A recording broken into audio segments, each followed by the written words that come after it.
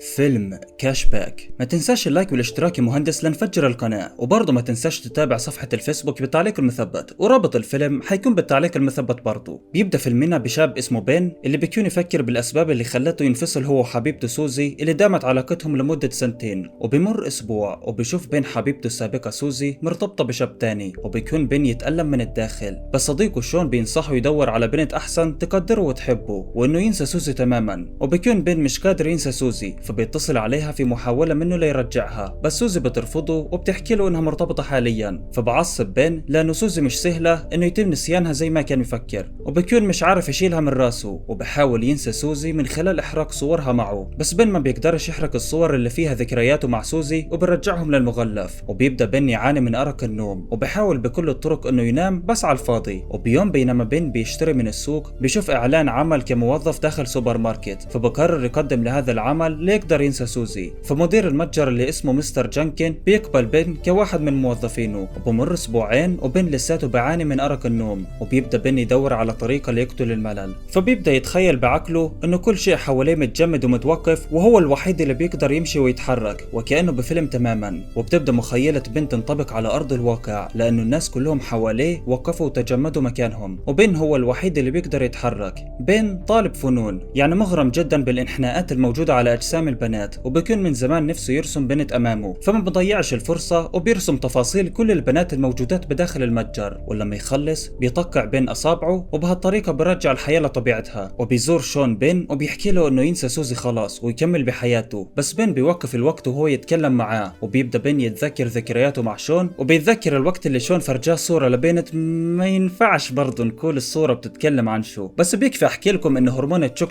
تفعل بداخل بين حتى لما كان صغير. وبيرجع بين للواقع وبشوف شون لساته بيحاول يقنعه ينسى سوزي، وبيحكي له شون انه يلقى له بنت يعمل معاها تشوك بس ما يعطيهاش مشاعر. احذروا هالنوع من الاصدقاء يا مهندسين، لانه شون اصلا طفولته بهالشغلات كانت اسود من السواد لعلمكم. ما علينا. بغرفه تبديل الملابس بالمتجر زميله بين بالشغل اللي اسمها شيرون بتطلب من بين انه يخليها تقضم قضمه من سندويشته، وبشوف وشها الجميل بعد ما يشيل بقعه كانت موجوده على جبينها، ولما تمشي شيرون وتبعد عنه بين بيحاول يوقف الوقت، وبينما بفكر فيها بيظهر له زميله المتنمر بالشغل اللي اسمه مات، وبيحكي له بانه حيطلع هو وشيرون بموعد غرام الليله وحيعمل معها تشوك فبيشعر بين بالاحباط لانه حتى شيرون مش حتكون حبيبته. لا تحزن يا صديقي، عندك برضه محسوبك مهندس الملخصات بعاني من نفس المشكله. وبيوم من الايام بيكون في ماتش كره، فبين بيوقف الوقت ليروح يرتاح شويه، وبينما بيرتاح بيسمع حد بيتحرك، فبيطلع حواليه وبيستغرب لانه مستحيل اي شيء يتحرك لما يوقف الوقت، وفجاه بدون سابق انذار شخص معين امامه بيتحرك وبيهرب، وهون بيدرك بين بانه مش هو الوحيد القادر على ايقاف الزمن. وبعد المباراه بيعزم بين شيرون على كاسه قهوه، وبيستجمع بين شجاعته وبيسال شيرون عن علاقتها بمات، فشيرون بتحكي له بانه ما فيش بينها وبين مات اي شيء، وانها بس كانت ترافقه للسينما كصديق فقط، وبتحكي له بانها مش مرتبطه حاليا، فبيفرح بين لانه لساته عنده الفرصه انه يرتبط بشيرون، وبيمشي بين وشيرون لبيتها، وبينهوا الموعد بينهم بقبله غريبه نوعا ما. وباليوم الثاني بقرر المدير جينكن انه يعمل حفله، وبتقترح شيرون على بين انهم يروحوا على الحفله مع بعض، فبدون تفكير بين بيوافق فورا، وبالشغل بيوقف بين الزمن مره ثانيه وبيرسم شيرون وبيحفظ وجهها عن غيب وهو يفكر بمستقبله معاها. وبغرفه تبديل الملابس بيتفقوا الاثنين انهم يلتقوا باليوم الثاني على الساعه 8 بالليل ليروحوا على الحفله مع بعض، وفجاه بتبوسوا بدون سابق انذار، وبلاحظ بين تغيير بحياته بعد ما شيرون باسته، فمثلا ارق النوم اللي كان يعاني منه اختفى، وبكون ينام نوم عميق شبه الاطفال بالضبط، وبيتصل معرض رسم مشهور على بين وبيحكوا له بانهم مهتمين بالرسمات اللي بيرسمها، وبيطلبوا منه يحضر لمركزهم ويجيب معاه عينات من لوحاته الفنيه، فبيتفاجأ بين بهذا وبيقبل فورا، وبيكون مش عارف انه زملائه المتنمرين بالشغل بيعملوا في مقلب. ولما يروح بين لشيرون بيحكي لها انه معرض الرسم المشهور اتصل عليه وطلب مقابلته، فبتفرح له شيرون وبتبارك له. ولما يوصلوا لحفله السيد جينكن بيشوف بين حبيبته السابقه سوزي بنفس المكان، وبيتضح انه حبيبها الجديد هو الاخ الصغير لمستر جينكن، وبيحاول كل من بين وسوزي انهم يتصرفوا بشكل طبيعي، وبيعرف كل واحد فيهم على الشخص المرتبط فيه وكانهم مش خاربين الدنيا وما بيعرفوش بعض اساسا. وبتروح سوزي لعند بن وبتحكي له بانها عاوزه ترجع ترتبط فيه لانها لساتها بتفكر فيه، بس بن بيحكي لها بانه ما بيقدرش لانه مرتبط بسوزي، بس سوزي ما بتتحملش. احترمي نفسس،